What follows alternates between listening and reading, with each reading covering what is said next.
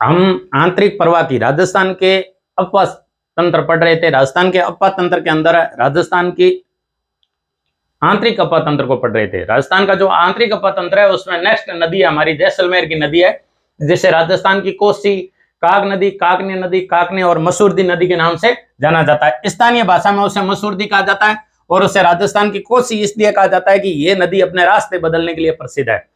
जैसलमेर में तेज हवाएं बहती है, उन हवाओं के कारण नदी है वो रास्ता बदलती है, और रास्ता बदलने के कारण जिस प्रकार उत्तरी बिहार में कोसी नदी अपनी गाद के द्वारा रास्ता बदल देती है, रास्ते बदलने के लिए प्रसिद्ध है, ऐसे ही राजस्थान की कोसी कहलाती है मसूरदी नदी, काकनी नदी। राजस्थान के बीकानेर और चूरू में कोई नदी नहीं है, जबकि जैसलमेर में नदियों की संख्या उनकी अपेक्षा ज्यादा है। इस प्रकार यहां रामदेवरा पड़ता है जो सांप्रदायिक स्वार्थ के लिए जाना जाता है, राजस्थान का, पश्चिमी राजस्थान का सबसे बड़ा जिला है। और यहां पड़ता है पोखरण, और यहां पड़ता है जैसलमेर से जब हम घूमने के लिए इधर है, विश्व प्रसिद्ध दौरे हैं, बालू का स्तूप है, सैंड ड्यून्स है, और उनको कहते हैं सम के दौरे। ये राजस्थान के वे दौरे हैं जिनमें सबसे कम बरसात होती है, सम के दौरे। जब हम सम के दौरे जाते हैं घूमने के लिए तो हमें एक रपट दिखाई देती है, नदी की रपट बनी है, और वो रपट है काक नदी की, उसे काक नदी भी कहते हैं, काकनी नदी।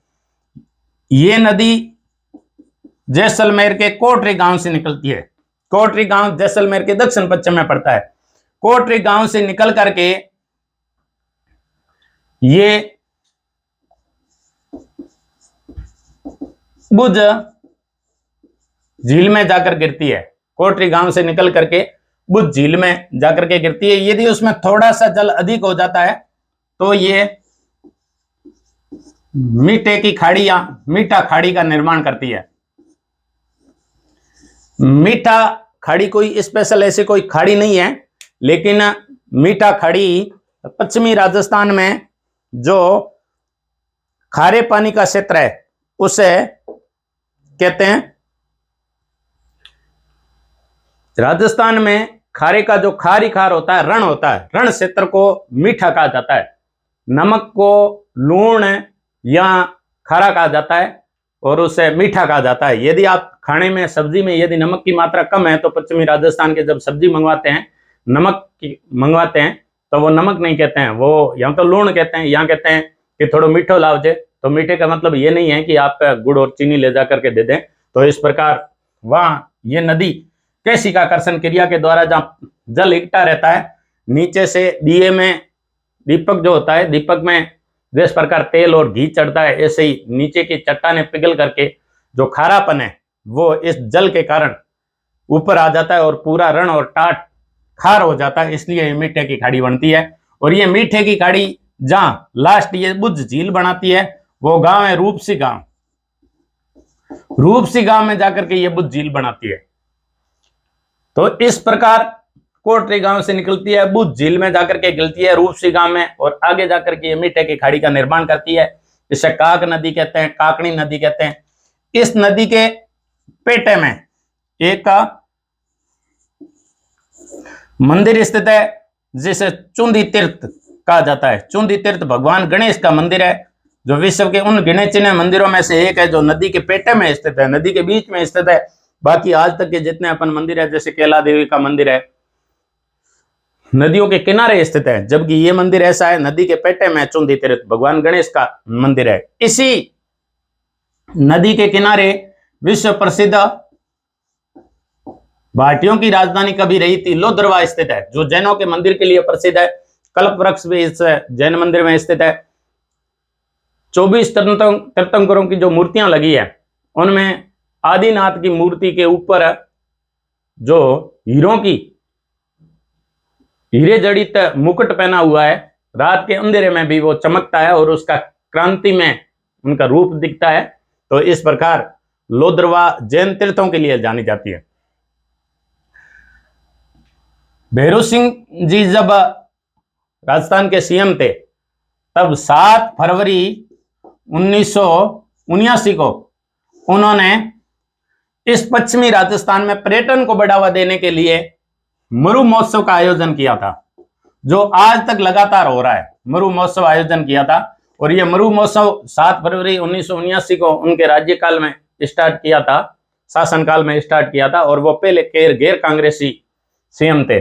उस मरु महोत्सव को यहाँ आयोजित होते हैं। उस मरु महोत्सव में खूब सारे ऐसे इवेंट्स होते हैं, जैसे लंबी मूछ का इवेंट्स है जिसके अंदर मूछों की प्रतियोगिता होती है, मटका दौड़ प्रतियोगिता होती है जिसमें विदेशी प्रवासी आकर के दौड़ लगाते हैं, ऊंटों के श्रृंगार की प्रतियोगिता होती है। ऐसी एक विश्व प्रसिद्ध प्रतियोगिता होती है जिसे मिस्टर डेजर्ट कहा जाता है, मिस्टर डेजर्ट कहा जाता है। और एक प्रतियोगिता होती है जिसे मिस मूमल कहा जाता है, मिस मूमल कहा जाता है।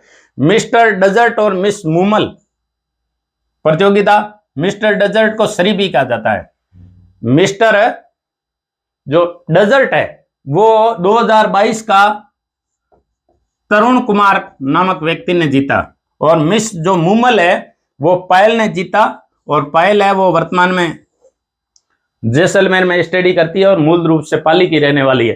तो मिस मूमल और मिस्टर डेजर्ट के रूप में, यानी ये एज ए सरी मेंद्र प्रतियोगिता के नाम से है। तो मेंद्र और मूमल जो प्रतियोगिता इस मरु महोत्सव में आयोजित होती है, ये इनकी कथा भी इसी लोदरवा से जुड़ी हुई है, इसी काक नदी से जुड़ी हुई है।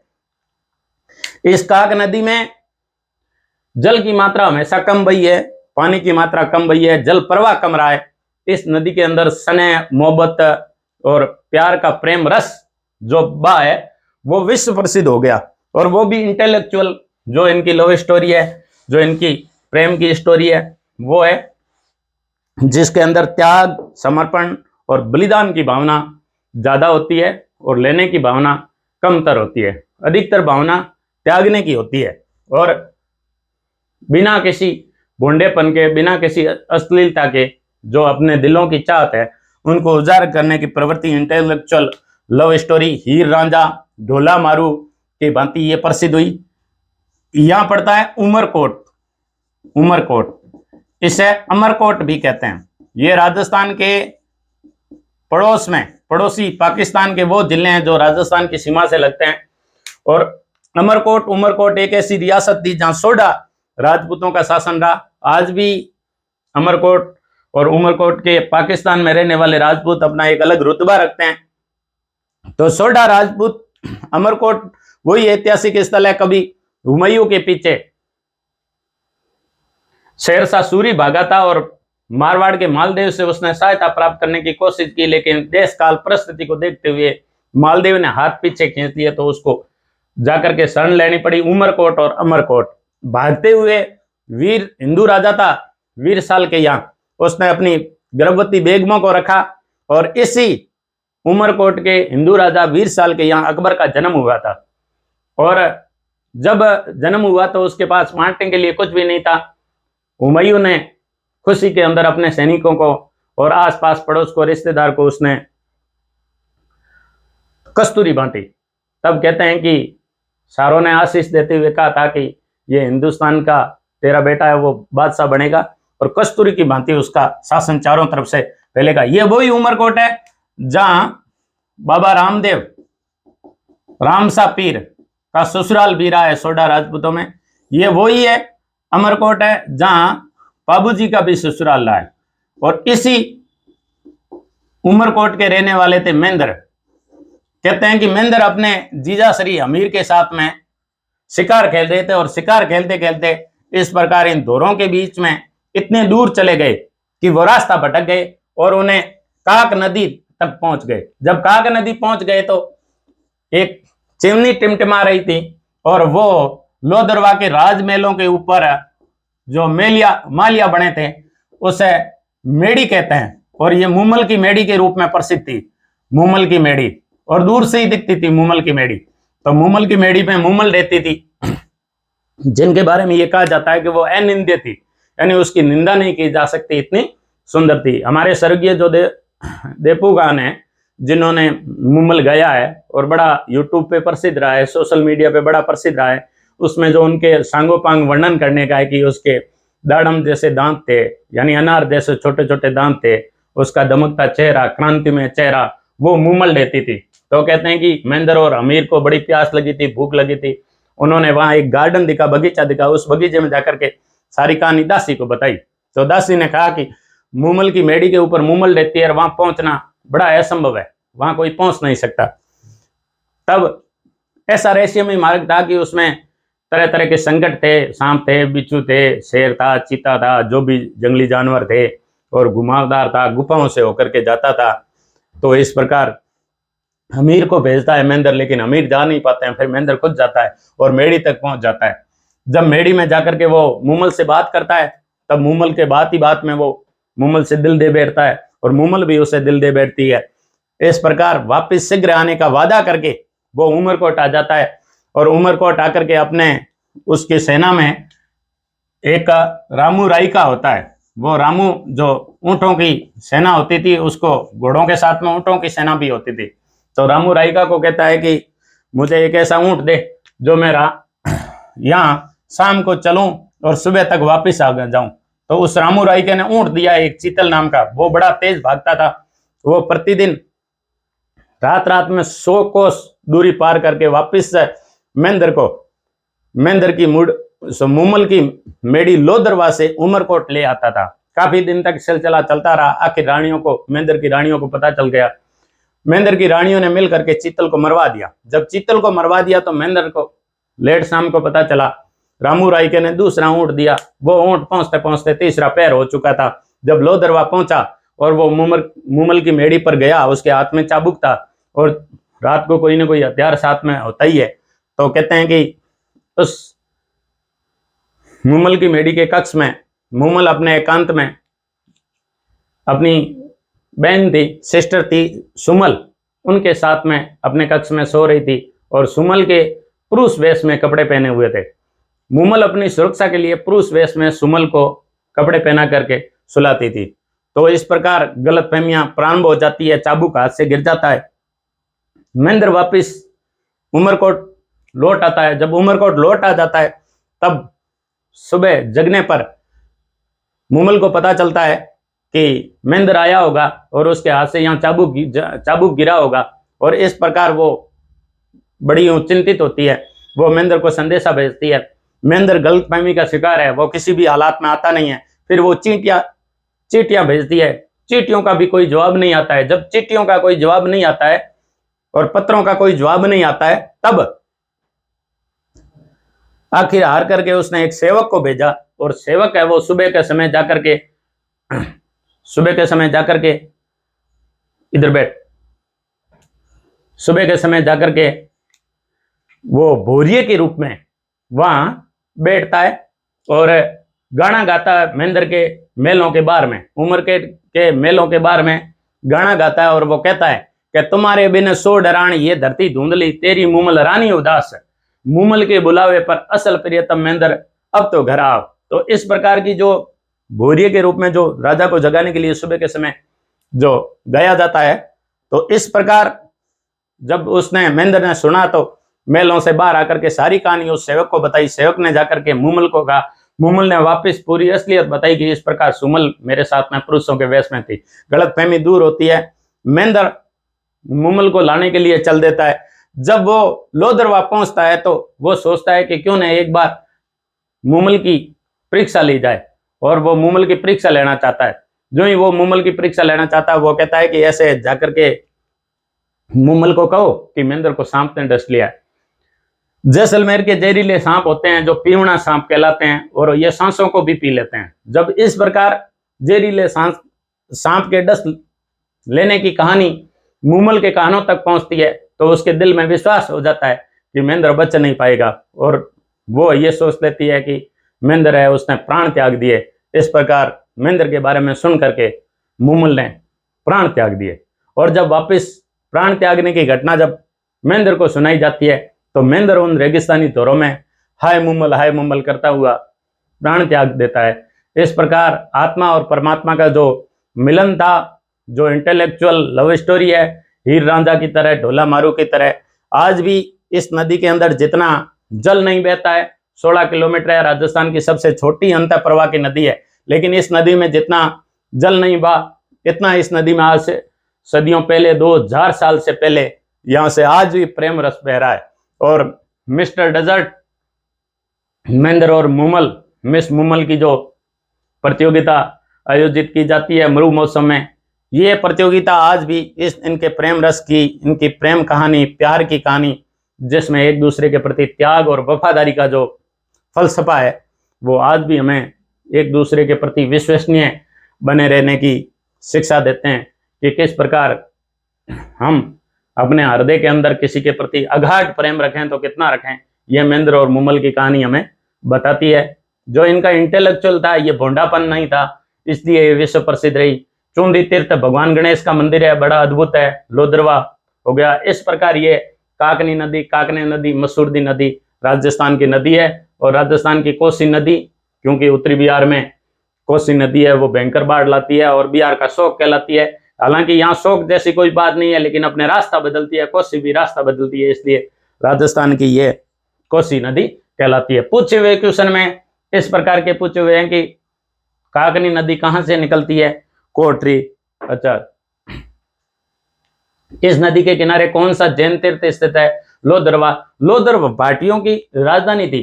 भाटियों की पहली राजधानी यहाँ हनुमानगढ़ में भटनेर में थी।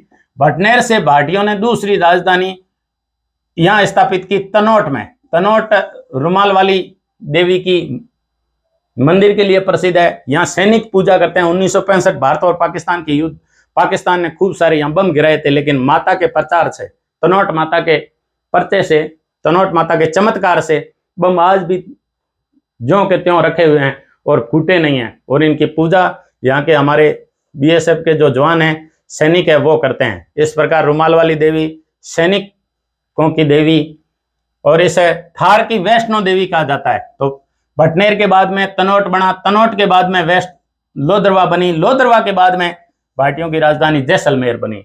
इस प्रकार भटनेर, तनोट, लोदरवा और जैसलमेर, ये, और इस नदी के कारण ही जल की मात्रा इनको मिल जाती थी और इन्होंने अपनी राजधानी, ऐसा कहा जाता है कि नदियां सभ्यताओं का पालना कहलाती है। जहां नदियां होती है वहां सभ्यता बसती है। और ये विश्व के अंदर जहां जहां नदी और जल की उपलब्धि थी, वहां वहां सभ्यता पली। हमारे जैसलमेर की अगली जो हमारी नदी है, वो नदी है, यहां पड़ता पोखरण, यहां पड़ता जैसलमेर। पोखरण जहां 18 मई 1974 को 74 को इंदिरा गांधी के प्रधानमंत्री काल में परमाणु विस्फोट परीक्षण किए थे। और इन धमाकों के कारण हिंदुस्तान में ही नहीं, पूरे विश्व के अंदर हमारी एक अलग साख बनी और हम परमाणु संपन्न राष्ट्रों में संपन्न हो गए। और दुनिया हमारे ऊपर जो टेढ़ी नजर रखती थी, वो उनकी नजरें सीधी हो गई और आज हम सीना तान के खड़े हैं। तो ये उस आयरन लेडी का प्रभाव है कि उन्होंने 74 में यहाँ परमाणु विस्फोट किए। उसके बाद में हमारे वाजपेयी सरकार काल में 5 परमाणु विस्फोट हुए 98 में। तो इस प्रकार ये पोखरण हमारा शक्ति स्थल है। पोखरण हमें वो प्रेरणा देता है कि तेरी गोदी के अंदर हमने हमारी ताकत आजमाई थी, हिंदुस्तान की ताकत आजमाई थी। हिंदुस्तान ने अपने ताकत के जो करतब दिखाए, वो इस पोखरण की गोदी में दिखाए। इस पोखरण के पास में एक स्थान है लाठी, यहां भी एक गांव है चांदन, चांदन, एक गांव है मदासर, मदासर, लाठी, मदासर, खुरों का तला, लाठी, मदासर, खुरों का तला, लाठी, चांदन, लाठी, चांदन, मदासर, खुरों का तला। और इसमें एक नदी बहती है जिसका नाम है सूकड़ी नदी। सूकड़ी नदी, एक सूकड़ी नदी पश्चिमी राजस्थान में भी बहती है। और पश्चिमी राजस्थान में जो सूकड़ी नदी बहती है वो लूणी की सहायक है, लूणी की सहायक है। और लूणी नाग पहाड़ियों से निकलती है। ये सूकड़ी जो लूणी की सहायक है, ये ऐतिहासिक है। सूकड़ी। ये ऐतिहासिक इसलिए है कि जालोर का जो स्वर्णगिरी किला है वो इसी सूकड़ी नदी के किनारे, जालोर शहर इसी सूकड़ी नदी के किनारे, इस सूकड़ी नदी के किनारे ही और के अंदर बांकली बांध है। जो आधी आधी बार पूछा हुआ है क्वेश्चन है कि बांकली बांध कहाँ है, कौन सी नदी के किनारे है, सूकड़ी नदी के किनारे कौन सा किला स्थित है, ये भी पूछा गया है। तो ये सूकड़ी नदी है। और अभी अपन पढ़ रहे हैं वो जैसलमेर की सूकड़ी नदी है। जब अरब सागर की प्रवाह क्षेत्र आएगा तब अपन उस नदी को विस्तृत पढ़ेंगे। तो ये सूकड़ी नदी खुरों के तले से निकलती है, मदासर, चांदन और लाठी इन क्षेत्रों में बहती है। देखो लाठी और चांदन वो भाग है कि ये इस प्रकार का सीमा के सारे सीआर चौधरी जब आरपीएससी अध्यक्ष थे तो उन्होंने वो ज्योग्राफी के उन्होंने खोद के क्वेश्चन निकाले थे। और उन्होंने एग्जाम के अंदर जो हार्डनेस है, एग्जाम में जो टिपिकल क्वेश्चन है और कंसेप्चुअल क्वेश्चन जो समझ पर आधारित हो, तो समझ पर आधारित हो क्वेश्चन सबसे पहले उन्होंने दिए थे। और ये क्वेश्चन आया था कि लाठी सीरीज क्या है। और आरएस मेन में भी पूछा गया क्वेश्चन है कि लाठी सीरीज क्या है। लाठी सीरीज है अंतरराष्ट्रीय सीमा के सारे भूगर्भीय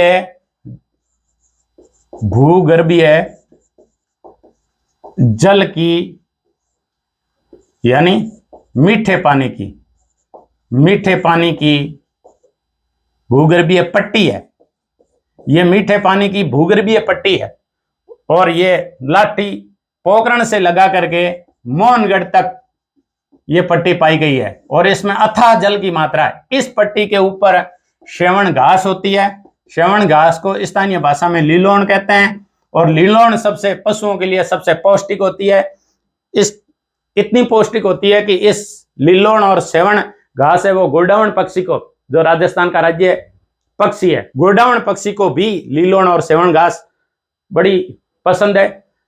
अपने अंडे गोडावण इसी लीलोण घास पर देते हैं, इसलिए जैसलमेर के अंदर सबसे ज्यादा गोडावण पाए जाते हैं। उसके बाद में सोरसेन, बारा और सौंकली अजमेर में भी गोडावण पाया जाता है, लेकिन राजस्थान के पश्चिमी राजस्थान में सबसे ज्यादा पाया जाता है। तो लाठी सीरीज क्षेत्र भूगर्भीय जल की मीठे पानी की पट्टी है, उसके ऊपर श्रवण और लीलोण घास होती है। ये जो क्षेत्र है ये हमारे एक इतिहासकार है जिनका नाम है वाकणकर महोदय। वाकणकर महोदय ने ये कहा है कि यहाँ कभी जो आज वर्तमान की अपनी दृष्टि और घग्गर नदी पड़ते हैं, ये उसी घग्गर का भाग था जिसे इतिहास सरस्वती नदी के नाम से जानते हैं। तो ये मां सरस्वती का, पूज्य सरस्वती का बेटा था। जो ओएनजीसी हमारी oil and natural gas company है वो इसे खोजने का कार्य कर रही है, सरस्वती नदी को। तो ये मीठे पानी की जो भूगर्भीय जल पट्टी है ये उसी का नतीजा है कि ये सरस्वती नदी का पेटा है, जो आज भी इस प्रकार अथाह पानी है। यहाँ एक गांव पड़ता है चांदन। चांदन में चंदन नलकूप है। और चंदन नलकूप जब बनाया तब पानी अपने आप ऊपर आया, यानी इतना पानी ऊपर आया जिसके कारण इसमें अथाह भूगर्भीय जल पट्टी है। तो ये जब ऊपर आया तो ऐसा देखो, ऐसे कुओं के खूब सारे उदाहरण मिलते हैं। और वो जो कुओं के उदाहरण मिलते हैं उसका बताता हूं मैं कि और कहां मिलते हैं। हमने जब ऑस्ट्रेलिया महाद्वीप पढ़ा था, ऑस्ट्रेलिया महाद्वीप के अंदर ये जैसे ऑस्ट्रेलिया है, ये ऑस्ट्रेलिया में यहाँ पश्चिमी ऑस्ट्रेलिया का पठार है, यहाँ ग्रेट डिवाइडिंग रेंज है जो उच्च भाग है, यहाँ निम्न भाग है। इस निम्न भाग के अंदर ऑस्ट्रेलिया का जो ये निम्न भाग है, इस निम्न भाग में विश्व प्रसिद्ध पताल तोड़ कुएं पाए जाते हैं जिन्हें उस्रुत कुएं कहते हैं। उस्रुत कुओं को इंग्लिश में आर्टिजियन वेल्स के नाम से जाना जाता है। इन कुओं के अंदर, पताल तोड़ कुओं में पानी है वो एकदम धरती से बाहर नहीं आता है, धरातल पर नहीं आता है, लेकिन जल है वो जैसे 450 मीटर का गहरा है तो 300, 200, 250 पर आकर के रुक जाता है। तो हमारा जो चंदन कुआं है, उस चंदन कुएं में भी इस प्रकार की जल की मात्रा पाई गई है और अथाह जल पाया गया है, इसलिए इसे थार का घड़ा कहते हैं। चंदन नलकूप को थार का घड़ा कहते हैं। तो इस प्रकार हमने जो हमारी नदी थी सूकड़ी पड़ी, जो खुरों का तला, चांदन, लाठी और मदासर गांव के क्षेत्र को सिंचित करती है। ऐसी एक नदी है जैसे घूघरी नदी कहते हैं, घूघरी नदी। पढ़ ली हमने सुगड़ी नदी, पढ़ ली हमने काकनी नदी, और अभी पढ़ रहे हैं अपन घूघरी नदी। घूघरी नदी यहां जो ये पोखरण, ये जैसलमेर, ये रामदेरा। घूघरी नदी यहां जो गांव पड़ता है, घूघरी नदी के पास में स्थान पड़ता है चांदन, और यहां पड़ता है, उस गांव का नाम है भैरव। भैरव, भैरव से निकल करके चांदन तक ही आती है, और सुगड़ी नदी है वो चांदन से आगे बढ़ती है, और यहां जो टेकरी है वो ऊंची है। इस प्रकार ये भैरव गांव से निकल करके घूघरी नदी चांदन आकर के समा जाती है, और मुश्किल से ये 25 से 26 किलोमीटर लंबी है। सुगड़ी नदी है वो 40 से 45 किलोमीटर लंबी है। सुगड़ी जैसलमेर की लंबी नदियों में से एक है। इसके अलावा एक नदी जिसे अपन पढ़े थे काकनी नदी, काकनी नदी, उसका दूसरा नाम पढ़े थे मसूरदी नदी। लेकिन यहां जैसलमेर के पास में, ये जैसलमेर है, जैसलमेर के पास में, जब जैसलमेर से हम बाड़मेर की तरफ आते हैं, बाड़मेर में शिव तहसील पड़ती है, शिव की तरफ आते हैं तो यहां एक गांव पड़ता है कुलदरा। इस कुलदरा के अंदर है एक नदी बहती है जो सत्तों की ढाणी से निकलती है और कुलदरा आकर के समाप्त हो जाती है। सत्तों की ढाणी से निकल करके कुलदरा गांव में समाप्त हो जाती है, कुलदरा, और निकलती है सत्तों की ढाणी से, सत्तों की ढाणी से निकलती है, कुलदरा में समाप्त हो जाती है। उस नदी का नाम है मसूरदी नाला, छोटा सा नाला, और बेमुश्किल 12 से 13 किलोमीटर बहता है। लेकिन इसमें जल की मात्रा बहुत अल्प होती है। ये एक नदी का रूप नहीं है, एक नाले का रूप है। 5-7 गांवों का पानी इकट्ठा होकर के यहां आता है। ये जो क्षेत्र है ना, जहां अपन ये इन नदियों को पढ़ रहे हैं, ये राजस्थान का हमादा क्षेत्र कहलाता है। हमादा, ये हमारा अफ्रीका महाद्वीप, अफ्रीका महाद्वीप के उत्तर में सारा मरुस्थल है। सारा मरुस्थल का, जैसे मिस्र, लीबिया, इथोपिया, सोमालिया, इधर मिस्र, ये जो देश अपन कहते हैं, इसमें एक देश है लीबिया। लीबिया का तानाशाह था गद्दाफी। गद्दाफी, गद्दाफी को अमेरिका ने मौत के घाट उतारा था और लीबिया पर आक्रमण किया था।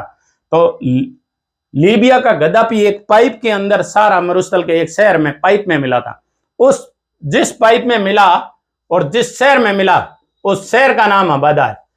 तो सारा मरुस्थल में मरुस्थलों के ज्यादा प्रकार पाए जाते हैं, जैसे इरग भी यहां पाया जाता है, रेग भी यहां पाया जाता है। ये मिश्रित है, पथरीला और रेत वाला दोनों हो तो रेग मरुस्थल कहलाता है। यदि केवल एक रेतीला मरुस्थल हो तो रेग कहलाता है, और पथरीला, केवल पथरीला हो तो हमादा, केवल पथरीला हमादा, मिश्रित हो तो पथरीला और रेतीला रेग, और केवल रेतीला इरग कहलाता है। तो ये हमारा क्षेत्र है ना, ये पथरीला मरुस्थल है और हमादा कहलाता है। पोखरण से जैसलमेर के मध्य होते हुए ये पूरा क्षेत्र है वो एकदम पथरीला है। जहां अपन पोखरण रामदेरा जाते हैं तो वो पूरा एक चट्टानी भूभाग है।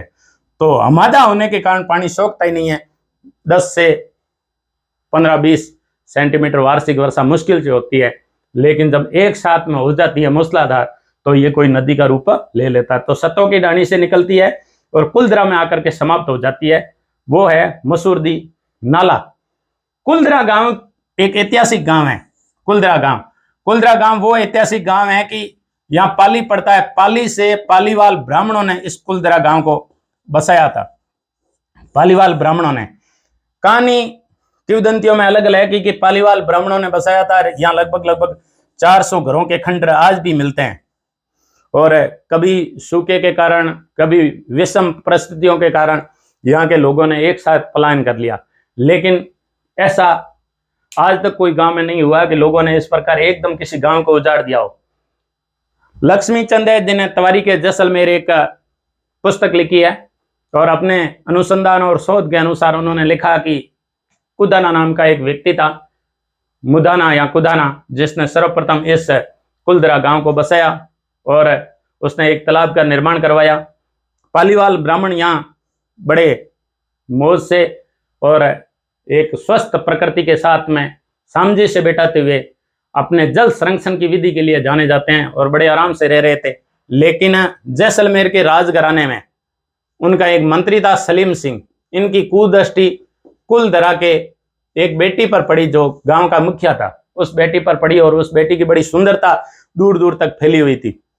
सलीम सिंह ने कुलधरा के मुखिया से उस बेटी की शादी करने की बात कही, लेकिन पालीवालों ने कहा कि हमारा असूल और सिद्धांत ये कहता है कि हम इस प्रकार बेमेल विवाह किसी भी प्रकार से नहीं कर सकते। तो देख लो, उस समय असूल और सिद्धांत के लिए पूरा का पूरा गांव है एक ही रात में उजड़ गया, और आज भी यहाँ केवल हॉन्टेड विलेज के रूप में, भूता शहर के रूप में, प्रेत शहर के रूप में जाना जाता है। 2010 के बाद में राजस्थान सरकार ने इसको हमारा हेरिटेज विलेज घोषित करके इसे एक पर्यटक स्थल के रूप में विकसित किया है। इस गांव के अंदर कई ऐसी देवलियां लगी है जिसके ऊपर है इस गांव का इतिहास अभिलेख के रूप में खुदे हुए हैं।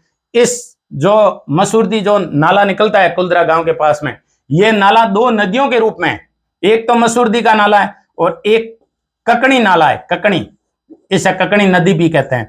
और ये कुलधरा की तरफ जो नाला आता है वो ककनी नाला है, और दूसरे गांव की साइड में जो निकलता है वो मसूरदी नाला है। दो नालों के रूप में नदी है वो, क्योंकि बालू का स्तूप, अनुदैर्ध्य, अनुप्रस्थ, बरखार और तारा का बालू का स्तूप होते हैं, और पूरी भौगोलिक स्थिति एक साल के अंदर हवा रेत ला करके बदल देती है, इसलिए नदी का कोई स्थायी मार्ग नहीं होता है। तो दो नदियों का मार्ग है ककनी नदी और इसके बाद में जो है मसूरदी नाला। इस प्रकार ये हमारे जैसलमेर जिले की नदियां हैं जो सुनने में जब आता है, और दूर के लोग ऐसा सोचते हैं कि जैसलमेर बिल्कुल एकदम सुनसान, उजाड़, धोरों वाला, जहाँ कोई नहीं बसता है, इस प्रकार का क्षेत्र होगा, लेकिन ऐसा कुछ भी नहीं है। विश्व के घने बने बसे आबादी वाले मरुस्थलों में से एक है थार का मरुस्थल। पश्चिमी राजस्थान थार का पूरा मरुस्थल है।